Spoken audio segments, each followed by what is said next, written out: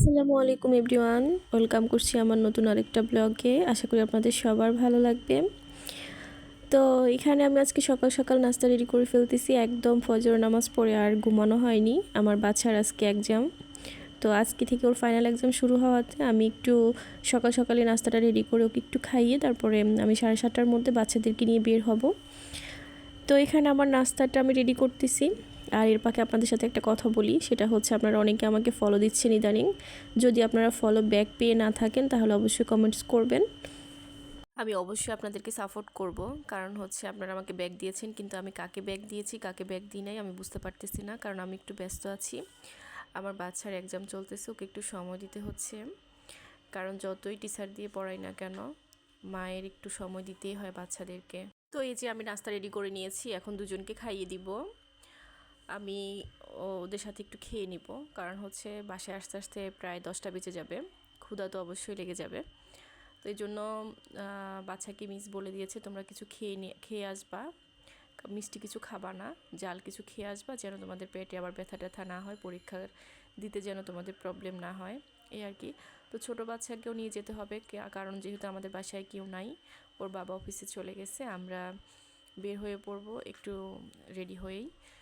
তো এই যে আমরা বের হয়ে পড়েছি। আমার ছোটো বাচ্চাকে বাইরে মোটামুটি ভালোই ঠান্ডা পড়তেছে, বড় বাচ্চাকে ফুল হাতা, ছোটো বাচ্চাকে ফুল হাতা গেঞ্জি পরাই নিছি। বাইরে অপেক্ষা করেছি, ওরা পরীক্ষা দিয়ে বের হয়েছে।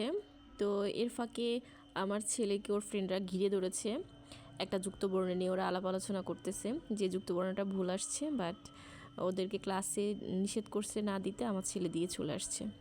যাই হোক, এখানে ওর একটা ফ্রেন্ডকে দেখা যাচ্ছে যার নাম হচ্ছে ফারদিন। মাশাল্লাহ, সে খুবই ভালো একজন স্টুডেন্ট। আমার ছেলেও খারাপ না, আলহামদুলিল্লাহ। এই যে আমি বাসায় চলে আসছি, এসে আমি রান্না বান্না করেছি। আমি আজকে রান্না করেছি হলো মূলা তরকারি, তারপর হচ্ছে মূলার শাক ভাজি, আর হচ্ছে ইলিশ ফ্রাই করেছি।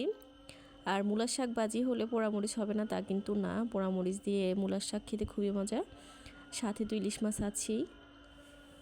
শীতের সিজন আমার একেবারেই ভালো লাগে না, কিন্তু শীতের সিজনে যে সবজিগুলো পাওয়া যায় সেগুলো খেতে আমার খুবই ভালো লাগে। শীতের সিজন ভালো না লাগার একটাই কারণ হচ্ছে আমার পুরা শীতে সর্দি থাকে, তারপর হচ্ছে কাশি থাকে।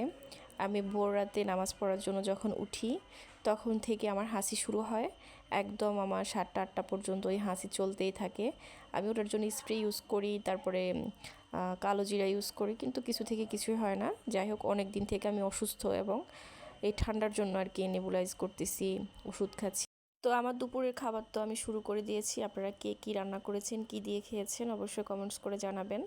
আর আমার ভিডিওটা কেমন লেগেছে অবশ্যই জানাবেন। ভালো থাকবেন সবাই, সবাই সবার ভিডিও দেখে ভালো ভালো কমেন্টস করবেন, তাহলে আসলে সবাই সবার মানে লক্ষ্যে পৌঁছানো সম্ভব হবে। সবার দিনটা ভালো কাটুক। আল্লাহ হাফেজ।